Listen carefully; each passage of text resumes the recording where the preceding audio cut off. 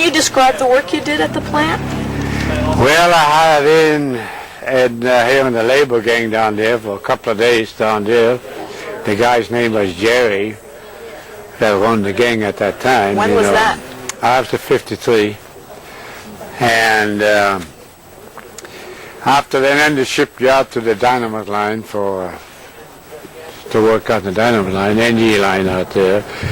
But I only lasted a couple of days because the NG gave me such a splitting headache I couldn't stand it, you know.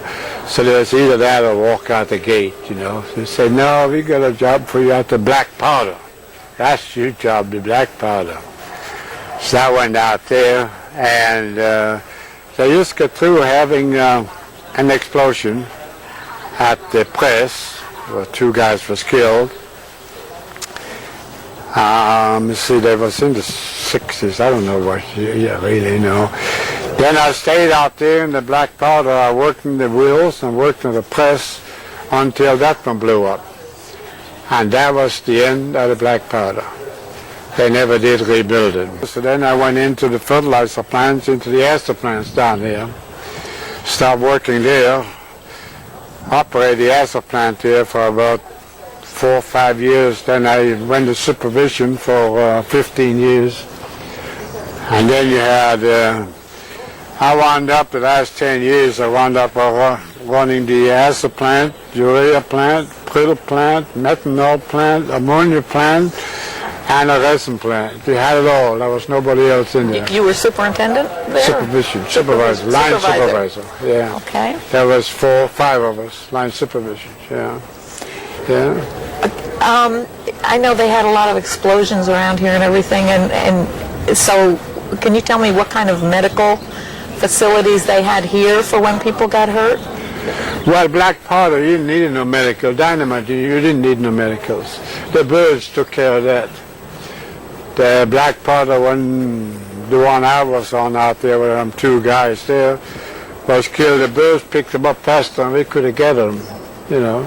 There was only about a piece like that. But they had doctors and nurses at the plant, didn't they?